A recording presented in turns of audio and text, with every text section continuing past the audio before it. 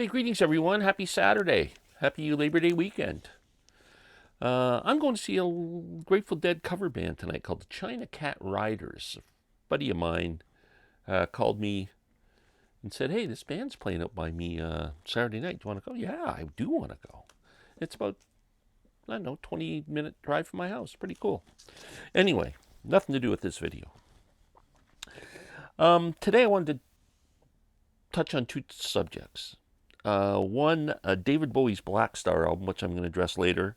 First, my buddy Steve at A is for Alice, B is for Bob, had a poll on his channel the other day.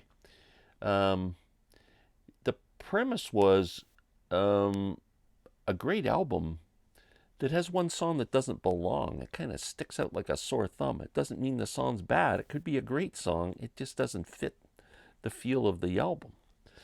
I loved that whole thing, and he did a poll on the album Dark Side of the Moon, which is Steve's favorite album.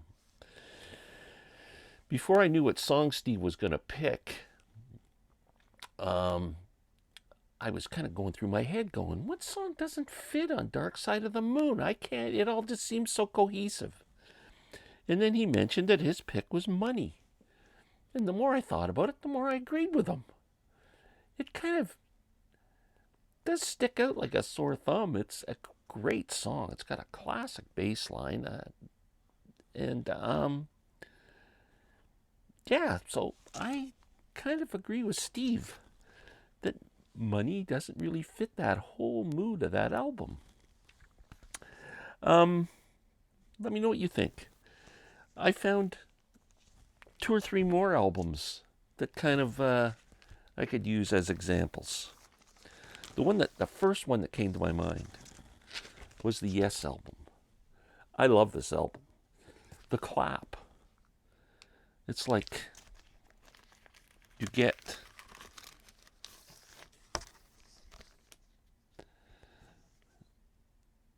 Yours Is No Disgrace to kick off the album, which is awesome.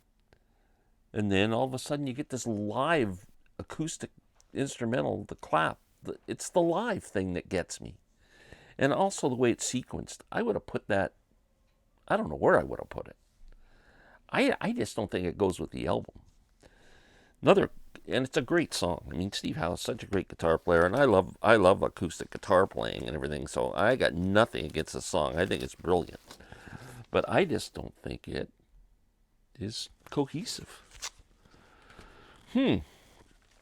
One of my favorite albums of all time, Joe Walsh's Barnstorm album. The band is actually called Barnstorm.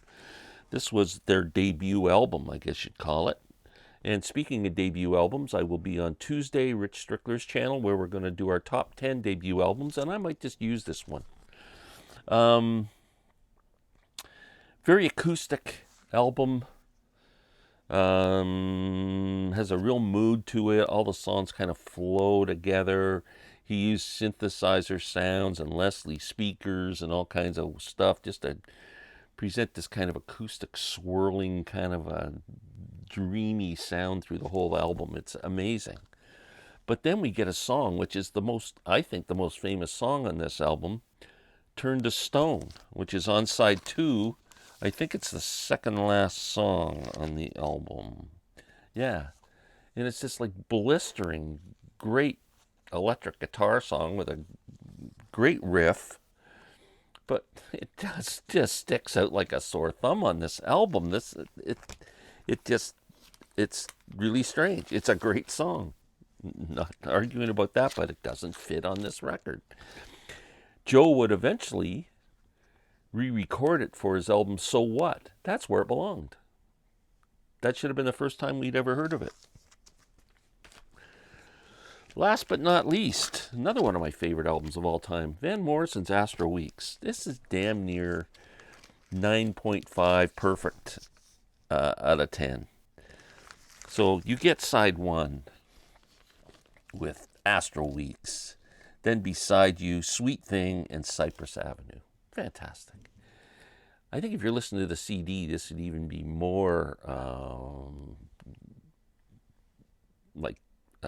you'd really notice it much more. Because the next song is called Like Young Lovers Do. Now, Van used jazz musicians in this, but Young Lovers do. This does not fit the mood of this album. It's a great song.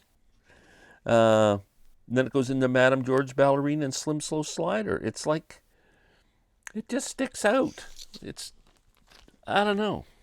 It these albums that I chose are all albums that have a real flow to them and a real mood to them.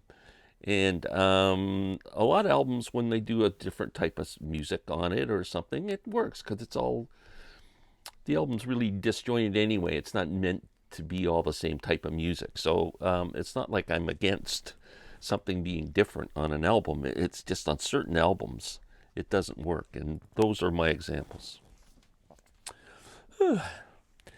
Next, I wish I had this on vinyl. David Bowie's Blackstar album. I'm going to get it on vinyl. The vinyl looks so good.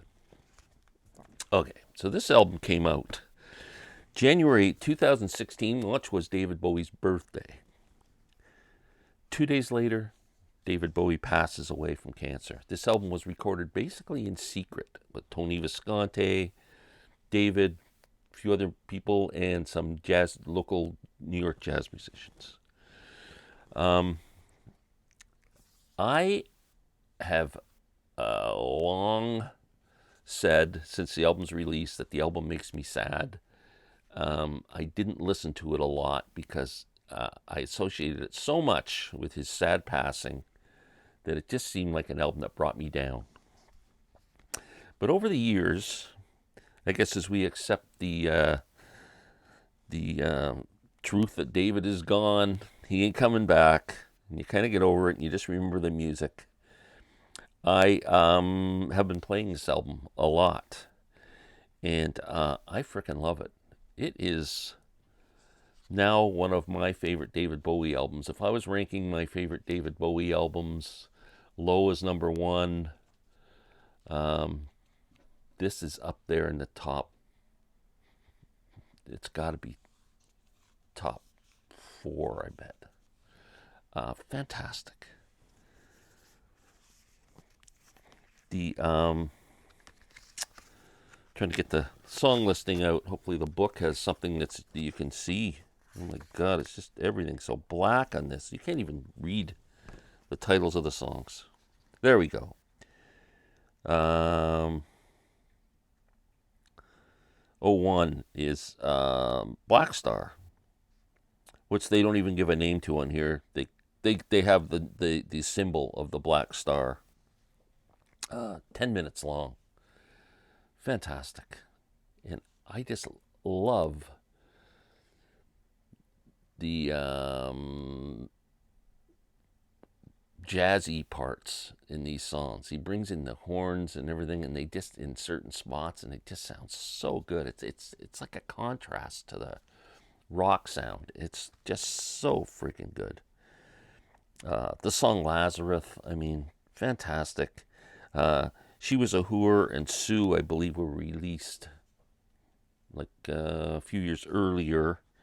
Yeah, just and the last track, I Can't Give Everything Away, which is the title of the box set that is coming out on the 26th of September that I'm very excited about. Yeah, let me know what you think of Blackstar. I think it's a great album. And if you think any more albums, like I'm not talking about albums that have a crappy song on them. It's got to be a good album with all good songs, but one song doesn't quite have the same mood. It throws off the continuity of the album. You know what I mean? Everyone have a great Saturday, and we will talk soon.